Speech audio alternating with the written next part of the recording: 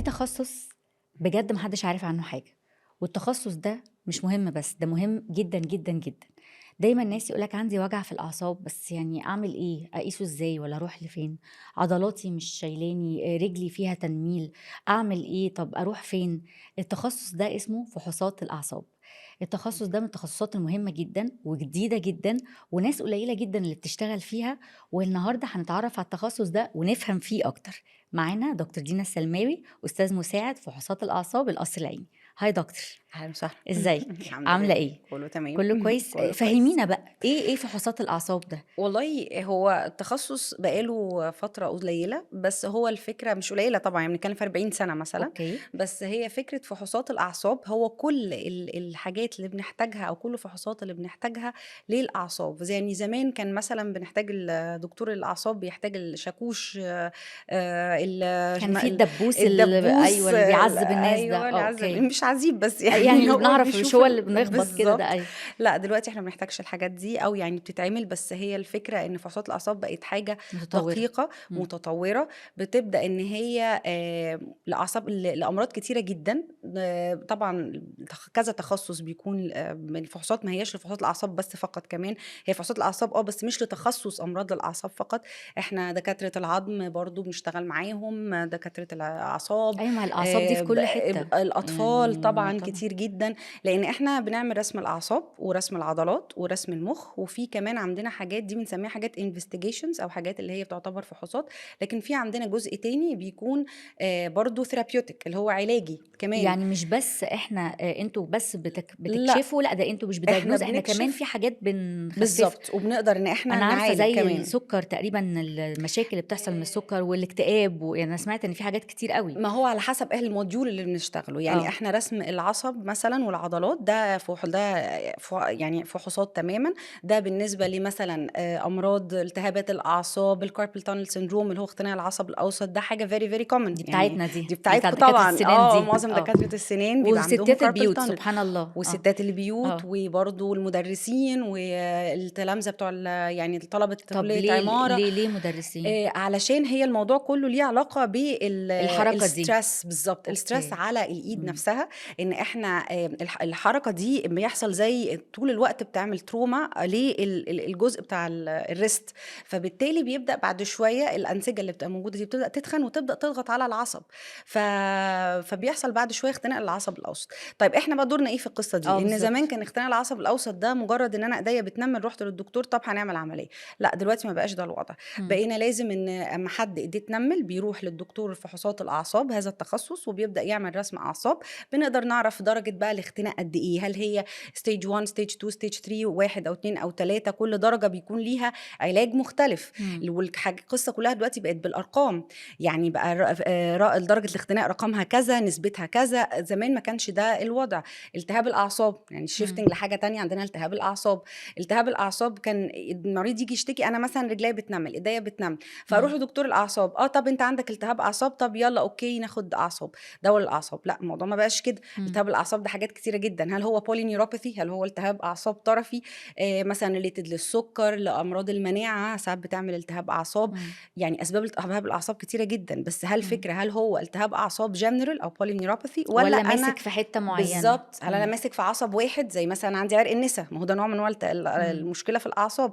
طيب أفرّق منين إن أنا عندي عرق النسا والّا أنا عندي التهاب أعصاب والّا أنا عندي ديسك في ضهري وضاغط على العصب مم. بتاع رجليّا نيجي لتحت؟ لكم. بالضبط كده. نيجي لكم اعرف انا بييجي عندي ايه. نعمل الفحص مم. يعني رسم العصب ورسم لا هو العضلات ده بيقدر تخصص مهم قوي، بسبب ان احنا دايما عندنا very مشكله important في اروح فين. الdiagnosis. يعني اعرف منين انا عندي ايه؟ دايما بحس ان في مصر احنا مش عارفين احنا عندنا ايه، وبنلف لأ، نلف نلف. ما هو الوعي بقى فانتوا بالحاجات دي بيكون بالظبط مهم انتوا جدًا. وفرتوا طريق. يعني اروح أكيد. لدكتور مخ واعصاب، ولا اروح لدكتور عيون، ولا اروح لدكتور ما هو بقى المفروض يعمل investigation مم. ومنه هيتجه أنا رايحين اروح فين لفين، بالضبط كده. بالظبط. وساعات بيبقى العكس برضه، بيروح مم. للدكتور فبيبدأ الدكتور يبعته برضه لينا علشان الدكتور يعرف برضه أنا هاعالج إزاي، هاروح في أنهي اتجاه.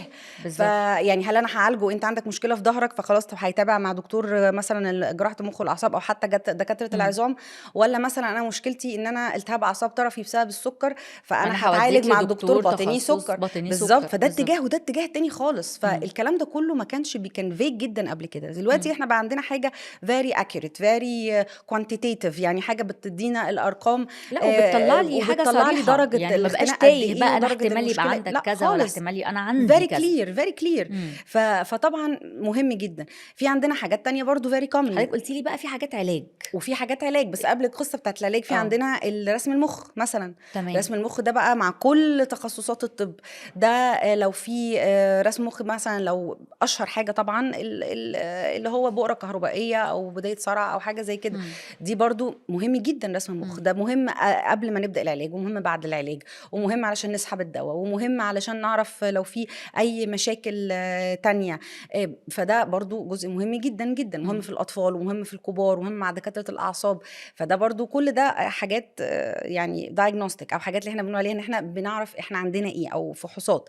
طيب حضرتك بنرجع للجزء بتاع حضرتك بتقولي طيب احنا عندنا في جزء علاجي. طبعا في عندنا جزء علاجي. الجزء العلاجي بقى ان دلوقتي التطور برضو ان احنا بقينا بنشتغل على بلاستيستي بتاعت المخ. يعني ايه بلاستيستي بتاعت المخ؟ يعني المخ ده حاجه بنعلمه. لو مثلا في واحد مثلا حصل بعد شر مثلا جلطه مثلا، بنبدا ان احنا نشتغل ننبه الجزء اللي في المخ نقويه اللي هو الجزء الكويس، ونبدا ان احنا نقلل السيجنالز النيجاتيف على الجزء اللي ايه الضعيف، اللي ضعيف او اللي فيه المشكله. بالظبط. فكاننا بتمرنه، بالظبط بتعمله بنمرن تمرين القوي زي علاج طبيعي للحته القويه اللي في المخ. بالظبط كده بنمرنه. بنبدا ان احنا نمنع النيجاتيف سيجنالز، لان دايما المخ زي ما في جزء بيبدا ما يشتغلش كويس بنبدا نعمله نجلكت، فاحنا بنقلل النجلكت ده ونبدا نقوي السترينث او الموتور باور بتاعنا. فده مثلا في الستروك، في مثلا اللي هو الجلطات. في بقى حاجات اسهل من كده، كل البين، اي كرونيك بين، اي زي وجع بالظبط التهاب الاعصاب، الصداع، الانسومنيا، الارق، كل الحاجات دي بنشتغل عليها باجهزه التي ام اس والتي دي اس، اللي هو ترانس ماجنتيك سكرين ستيميليشن وترانس دايركت كارنت ستيميليشن. دي اجهزه بتشتغل بويفز كهرومغناطيسيه، فيري سمبل نوت بينفل، ما فيهاش اي حاجه خالص، بتتاخد كسيشنز. دي بتساعد يعني في ان ناس المخ اللي يبدا يشتغل. عندها دايما بيجي لي في العياده بيبقى بيشتكوا، يقول لك ده انت عندك ريفير بين في اسنانك، يقولي انا عندي صداع نصفي عايش بيه، ميجرين. انا ليل ونهار صاحي نايم قاعد واكل شارب، عندي صداع نصفي، باخد ادويه الدنيا كلها لغايه ما الكلى باظت، اعمل ايه؟ طبعا صداع نصفي نيجي طبعا للنيوروفيسيولوجيست او اللي هو طبعا فحوصات بيبقى احنا مع دكاتره امراض الاعصاب، وفعلا السيشن بنشتغل مع بعض بتريح جدا. بيبقى ايه الدواء بلس السيشنز دي بقت دلوقتي في كل مؤتمرات. السيشنز بتاعت التي ام اس والتي دي اس في كل البيبرز دلوقتي وكل المؤتمرات فيري افكتيف في علاج الصداع الهيدك، لان هي فكرتها ان انت بتشتغل على البين، فانت بتبدا تقلل البين اللي عامل مشكله ده، فنبدا نقلل الصداع النصفي. وبقى ده حاجه حديثه جدا. انا اي دونت ثينك ان معظم الناس عارفين حاجه عن الموضوع ده خالص. ده انا يعني اقرب الناس ليا عندهم صداع نصفي ومحتاجين يلفوا على نفسهم. لا ما هو احنا بقى التخصص بتاعنا يروح ده مشكلته اللي عرفنا الدكاتره، لكن الناس مش عارفانا. الناس نفسها احنا ما بنقول لكم تعرفش يا احنا جماعه في بنعمل تخصص ايه اسمه بالظبط. فحوصات اعصاب. التخصص ده انا شايفاه هو عامل زي الليزر كده، اللي هو بالظبط. حلل العقد كلها، هو المستقبل بتاع بالظبط. يعني عندي مشاكل هو بسيطه، الاي اي بتاع الطب. بالظبط. فلا لا يعني انا مبهوره بيه بصراحه، وحاسه ان وسمعت كمان حته موضوع الاكتئاب كمان بيعالج الاكتئاب وبيعالج طب بيعالج الارق الاكتئاب ازاي ده؟ ما هي اصل المخ هو الكمبيوتر او فانت السنتر بتبرمجه، بتاع كل حاجه. انت بتعمل بالظبط. برمجه. انت بتيجي على السنتر بتاع البين وبتبدا تبرمجه، بتيجي على السنتر بتاع الحركه الموتور سنتر ونشتغل عليه. نيجي على الجزء بتاع الفرونتال لوب وبنبدا نشتغل. هي برمجه المخ، برمجه السنترز بتاعه المخ. بنشتغل بحاجه اسمها نيوروبلاستيستي. بس فهي الارق ليه مكان، في اماكن معينه في الفرونتال لوب، في اماكن مخصوصه للصداع، في اماكن مخصوصه للالتهاب الاعصاب، في اماكن مخصوصه للحركه والجلطه. ففي حاجه كل ده احنا بنقدر ان احنا طيب احنا نشتغل عايزين عليه. نقول للناس العاديه 3 حاجات امتى لما تحس ان عندك 1 أو 2 أو 3 تتجه الى دكتور فحوصات الاعصاب. اشهر حاجه طبعا اما احس بتنميل في ايديا في ال3 صوابع دول، ببدا لازم اتجه لدكتور. انهي 3؟ ال3 صوابع دول بالظبط كده. لازم ان انا ابدا اتجه، لازم هعمل رسم اعصاب وعضلات. طب ال3 مع بعض ولا واحد منهم؟ ولا بيبقى ساعات واحد منهم بينمل، ساعات واحد تاني لا، ساعات الوجع بيبقى burning pain، ساعات لسعه، ساعات وجع بس. في حاجه غلط في ال3 دول بالظبط كده. لازم ان انا اروح اعمل رسم عصب، لان ده غالبا في يعني شك او في سسبكشن مشكلة في اختناق ما. في العصب الاوسط. اوكي. طيب حاجه تانية، لو انا برضو عندي اي تنميل في جسمي، يعني تنميل في الاطراف، وجع في العضلات برضو، مم. مش عارفه اطلع السلم كويس، مش عارفه انزل من السلم كويس، اي حاجه مم. من الكلام ده. اشهر ديسك، مم. شاكك اني عندي وجع في رقبتي، الوجع في رقبتي معمل حاجه اسمها راديكولار بين، اللي هو مم. وجع يبقى واخد حته معينه. الاقي مم. حد بيقول لي انا الجزء ده بيلسعني في ايدي، انا الجزء ده انا الجزء ده بيوجعني. انا الجزء ده وجعني على طول لازم الحقيقة. بيعمل رسم اعصاب وعضلات، حاضر. علشان حتى لو في مم. مشكله في الفقرات، هو اما هيرجع هو كده كده، اصل هي لفه، فهو هيجي لنا الاول او هيروح لدكتور يعني هم بيروحوا لدكتور المخ والاعصاب او لدكتور العظام العمود الفقري، مم. بيبعتوا لينا برضو، لان في هو في الاخر الاخر ما هو في بالظبط. سؤال احنا لازم مم. نجاوب له عليه. نجاوبه على المشكلة اللي انا بالظبط، شايفها. هل هو فعلا مم. العصب بتاع الرقبه مضغوط من الديسك ده؟ طب مم. درجته قد ايه؟ ولو هيحتاج حتى عمليه، فاحنا لازم نشوف قبل العمليه كنا ايه وبعد العمليه كنا ايه. ففي الاخر هو محتاج دكتور رسم فحوصات الاعصاب او اعصاب. فحوصات مم. الاعصاب. فاي تنميل في الجسم، اي وجع بنسميه باتشي او في حتت معينه في الجسم، اي طرفي، اي مشكله في العضلات، في حاسس ان انا تعبان، وهن، اي حاجه، لا هحتاج ان انا اعمل رسم اعصاب وعضلات برضو. تمام، خلاص احنا كده بس فهمنا يعني ايه رسم اعصاب والبرمجة، والموضوع بصراحة بالنسبة لي مبهر. انا بقى عايزة اتكلم في حتة تانية خالص. اوكي. دلوقتي بالنسبة للاطفال اللي بتجز وهي صغيرة، مهم. تمام، طبعا احنا بنبقى عندنا اسبابنا كدكاتره سنان، مهم. خلاص، بس انا عايزه اعرف هل ده مشكله بتبقى بقى ريليتد للاعصاب؟ هل في حاجه اقدر اقيس بيها الاعصاب دي او العضلات دي؟ وهل في حاجه ممكن تريح الموضوع ده غير ان هو ياخد ادويه مصر ريلاكسنت، او ان هو يعمل مكمدات او مهم.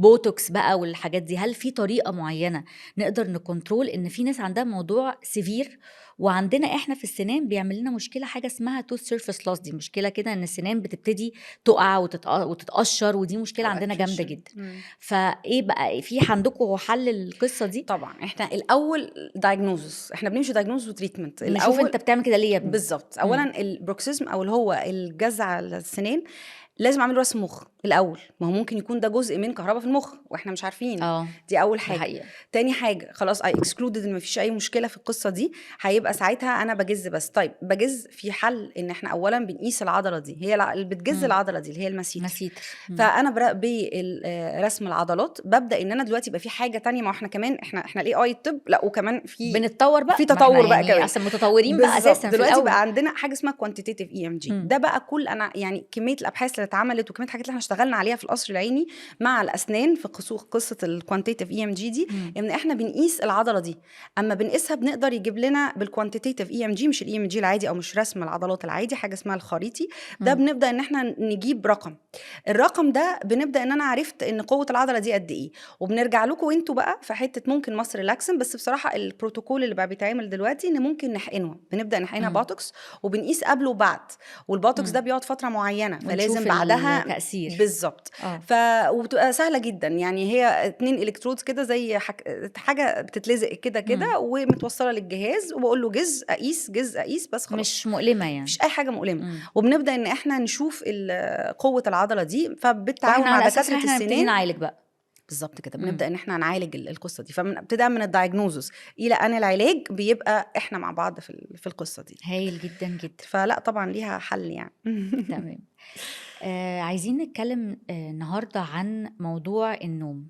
مهم. انا شخص عندي اضطراب في النوم، انا ما بنامش، اوكي. ما بخشش في النوم، لما بخش بصحى في نص اليوم، في نص وانا نايم كذا مره، مهم. بنام بصحى بحس اني ما نمتش اصلا، ابقى قاعد مع الناس في خروجه فجاه انام بنام واصحى، مع نفسي. وناس وانا سايقه ابقى مهم. فجاه انام واصحى. عندي اضطراب في النوم عامة بأي شكل من الأشكال. مهم. طيب اضطرابات النوم دي طبعا في أسباب كتير قوي احنا عارفينها، زي السمنة، زي لو عنده مشاكل ليها علاقة باللحمية أو المشاكل دي، مهم. مشاكل تانية كتير. طب أنا بعرف منين إن أنا عندي اضطراب في النوم؟ عضوي ولا نفسي ولا إيه بقى بالظبط يعني؟ اضطراب النوم بقى ده ويعني إيه ده ده بالظبط؟ علم بقى يعني، او السليب ميديسن ده علم بقى دلوقتي بقى سيبريتد خالص، ده فيه تخصصات كتير، ومن ضمنهم النيوروفيسيولوجي اللي هو أصل النوم ده فحوصات أساس الاعصاب. الحياة كلها، أنت بتعمل بالظبط كده، ريسات للجسم، ما هو ده بقى علم، فالريسات بايظ. ده داخل فيه بقى تخصصات كتير، بس مم. احنا التخصص بتاعنا، انا التخصص بتاعي يعني فحوصات اعصاب واضطرابات النوم، لان ده مم. تخصص، وده برضو بقى بقى دلوقتي تخصص تاني كمان. مم. فده التخصص الادق بتاعي. فالاضطرابات النوم كل اللي حضرتك بتقوليه بقى، كل اللي انت بتقوليه ده هو مم. بالظبط كده. هو لو واحد بينام على نفسه وما بيقعد مع ناس، لو واحد بيعدي الشارع وفجأة اغمى عليه او نام، مم. لو واحد عنده مشكله في النوم بالليل، واحد مش عارف يخش في النوم، واحد كل الكلام ده مم. كله، ده كله محتاج انه يعمل حاجه اسمها معمل نوم، اللي هو مم. بنسميه بوليسونوجرافي. ده مم. اختبار بيتعمل بالليل للعيان وهو نايم. بنركب حاجات كده، يعني بنركب زي فكره الهولتر بتاع القلب. القلب بالظبط، مم. حاجات بتتركب وهو نايم. ايه المهم دي بتجيب لنا ايه بقى؟ بتبدا ان هي تقول لنا هو نام بعد قد ايه، نام امتى نام امتى، ونام كام ساعة. نام كام ساعه، مم. في حاجه اسمها فراجمنتيشن في السليب ولا لا، مم. كل الكلام ده كله. طيب نام على بعض ولا في كان حاجه تانية مقطع؟ بقى، نفسه وهو نايم كان اخباره ايه، اه النفس بتاعه ده قل. بيتعرف عندكم برضو؟ بيتعرف طبعا اه طبعا، ده حلو قوي اساسي بقى فعلا. طبعا، لان احنا اه بنعرف النفس بتاعه ده بقل بنسبه قد ايه. طب هل هو قفل خالص، اتكتم خالص، يعني اتخنق. حصل ابنيا ولا لا؟ سليب طب ابنيا. حصلت كم مره في الساعه؟ مم. طيب لما حصل ده كان معاها حاجه بنسميها اوبستراكتيف، يعني حركه هو الصدر بتلاقي نفسها، ناس مثلا هل تبقي هو قاعده في اتوبيس ولا حاجه، حد جنبك ما هو ده بيشخر وفجاه بنسميه، تلاقيه قايم، ما هو بقى العيان ده تفهميش بيبقى، مالك يا ما ابني. هو في الاغلب بيبقى اه بيشخر. طبعا احنا عندنا اه عرف معروف في مصر اه ان احنا نشخر، دي حاجه عاديه، ان الراجل طبيعي المصري لازم يشخر، ده ده اساسي، وان اساسيات. انه بيشخر ونايم دي حاجه طبيعيه. ده لا، لازم انا لو ما بقول شاء دايما لكل الناس كده، يا جماعه الناس اللي اه بتشخر ده مش حاجه طبيعيه، ربنا ما خلقنيش اشخر خالص يعني ربنا خلقني انام من غير شخير ومش لازم اضايق الناس كمان. خالص يعني. لكن ده عرف عندنا مم. ان ده مش مرض، لا طبعا ده مرض ومهم يعني جدا، الشخير مرض.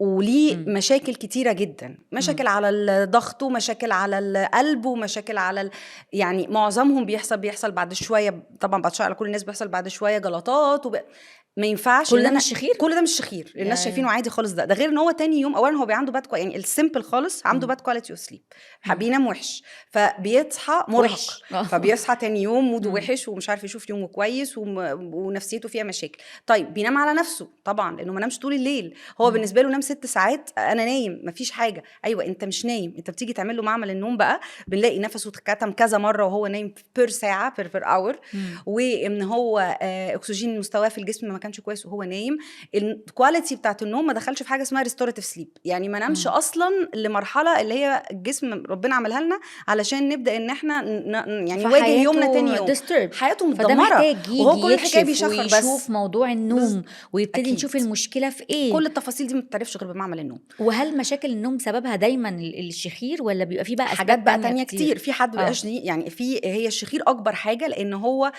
داخل في كل حاجه، هو بيؤدي ان انا ما نامش كويس، فتاني يوم بقى عندي مش عارفه اواظب يومي كويس، وعندي اكسسيف تايم سليبنس وكل مم. الكلام ده. بس في بقى انسومنيا اللي هو ارق، أرق. اللي عنده مم. ارق ده بيبقى الشكل النوم بتاعه ليه باترن معين يعني برضو انتوا عندنا، بتعرفوا فبقدر ده اعرف بالظبط، ده عنده بالظبط. اضطراب نوم بسبب الشخير، ده عنده اضطراب نوم اضطراب النوم حاجات نفسي، حتى كتير ده عنده اضطراب نوم بالظبط. بسبب وات ايفر. لو حد عنده مشاكل يعني بياخد اي ادويه نفسيه، في مم. الاغلب بيبقى عنده اضطرابات نوم كتيره جدا، من ضمنها مم. الارق، وده بيظهر مم. عندنا في معمل النوم. طيب لو حد عنده مشكله في النفس ساعه النوم وعنده وبيشخر والكلام ده كله، بيبقى مم. عنده فكل اختناق ده اثناء بيطلع النوم، لكم وكل ده بيبقى كل ده واضح بيظهر عنده. عندنا. مم. لو برضو في بقى الاطفال، دي بقى حاجه مم. بقى ما الاطفال بتشخر على طول، كل بس الناس ما احنا تعرفهاش. بننبسط يعني لا ما ده نقول هي ده مش نايم. بتشخر بس، ده اه بتشخر. والاهم من الشخير اللي محدش عارفه حاجه بنسميها باراسومنيا، اللي مم. هو اضطرابات للنوم عند الاطفال، اللي هو مثلا يبقى نايم ويصحى مفزوع، انا حلمت حلم وحش. اه ده على طول. دي مش حاجه عاديه، لو بجد زادت عن اللزوم ده بتعتبر احنا باراسومنيا. بنقول ده عادي لا يعني، مرحلة لا، يعني. ولازم بيتعمل معمل مم. النوم علشان نقدر نعرف المشكله فين. طيب لو هو مثلا في حاجه بقى دي معظم بتوع يعني دكاتره السايكايتري وكده ممكن يقولوا عليها، حاجه اسمها ريم بيهيفير ديس اوردر. يعني ايه؟ واحد بينفذ حلمه، يعني يبقى اه نايم انا ويقوم قايم ويقوم خابط مثلا في اه حاجه ويصحى، اصل انا حلمت ان انا كنت يعني بفتح الشباك. انا عملت كده ده قبل تنفيذ كده الحلم، ربنا مش عاملنا ان احنا ننفذ الحلم والله العظيم. خالص حصل بقى زمان بقى ده مرة. ليه اسباب برضو، في ايه في في طيب ايه بعض يعني الناس نفذت لا حلم انا ليه اسباب ده؟ كتيره جدا ولازم مم. تتعالج، وبرضو بتتعرف معمل النوم. خلاص. الاوحش من كده بقى ساعات الناس دي الموضوع بيتساب لدرجه ان ممكن واحد يقوم يقتل يأذي نفسه. مراته او يأذي نفسه، ودي كانت قضيه وكنت اتنشرت في الجرايد فتره، ان يا نهار اسود. يروح اه يقتل حد او يعمل جريمه. بينفذ الراجل، هو بينفذ بينفذ احلامه وما الحلم، عملش حاجة. احنا اه ربنا مش عاملين اوبشن احنا ننفذ الحلم، علشان كده يعني بيخلينا اتونيا، ما عندناش تون ايه في ده؟ وده برضو عضلاتنا، انتوا بتعرفوه؟ وده برضو بيظهر عندنا. يا ف نهار اه وحاجات كتيره جدا وليه اسباب كتيره جدا، فدي بنسميها باراسومنيس. فاحنا في جزء عندنا باراسومنيا، وفي جزء عندنا ليه علاقه بالارق، وفي جزء عندنا ده ليه لو كده علاقه مصر كلها تيجي باختناق. تعمل بقى، فاهمة يعني؟ ده تخصص اه بقى يعني كل او المصريين ما شاء الله او عندهم نوم غريب جدا، غلط كله في مين اللي بس بيشخر واللي ما ومحدش عارف بينامش اي حاجه خالص. فده محتاج خالص. وعي ان احنا لا هو عندي كلام انت مشكله، بتشخر ده فابدا عادي اروح انت لعياده النوم، وفي عياده النوم مم. اعمل معمل نوم، وبعد ما اعمل معمل نوم يبدا بقى برضو كعاده تخصص النيوروفيسيولوجي ان هو اللي بيعمل الدايجنوزز ويوزع على بقيه الدكاتره. فاحنا عندنا مثلا مشكله في الاختناق، يبقى هنحتاج معانا دكتور انف واذن. عندي مشكله في الارق، هبقى معايا دكتور سايكايتري. عندي مشكله في الباراسومنياز مع الاطفال، او دكتور النفسي. عندي مشكله مع الاطفال، يبقى هحتاج ان انا ابعت خلاص، لدكتور فانت الاطفال. الجيت او المدخل اللي بالظبط. بتدخلني على المكان الصح اللي اتجه فيه وكل مظبوط. تخصص من ده بيبقى مم. فيه متخصص للنوم. للقصة بقى دي. فبقى في حاجة اسمها سليب ميديسن، اللي اه هو تخصص النوم. سليب ميديسن. عيادة نوم، عيادة نوم. عيادة نوم. هي بتبقى اه انتجريتد، شاملة كل فيها التخصصات دي. التخصصات اللي ليها علاقة بالظبط كده، بمشاكل النوم كلها، بالظبط اللي كده. بيحقق حلمه واللي بيشخر كل ده حاجة ليها تخصص الحتة بتاعتها. ما الناس مستهونة بيه خالص جدا، هو مش وهو معروف مهم اصلا. جدا. لا هو التخصص عندك كله مش معروف، يعني حقيقة. احنا يعني محتاجين نفهم ايه ده. ان انا بالنسبه لي مفاجآت كلها يعني. ده حقيقي. انا انبسطت قوي قوي ان انت كنت معانا النهارده في بره روشيتا. وعايزه اقول ان الناس كتير قوي بتبقى بتسال وعايزه تعرف المشاكل دي اروح فين اعمل ايه. مفيش سيرش حتى هيقدر يوصل لك المعلومات اللي احنا سمعناها النهارده. فثانك يو فيري ماتش، وان شاء الله لينا اكيد بقى حلقات تانية نتكلم فيها على كل اللي احنا برضو عايزينه ونبقى نفهمه اكتر من التخصص اللي بالنسبه لي بصراحه ماجيك يعني. جديد. بصراحه يعني ثانك يو فيري ماتش دكتور دينا، ميرسي ميرسي ليكي. ونشوفك المره الجايه ان شاء الله. اكيد ان شاء الله. باي باي.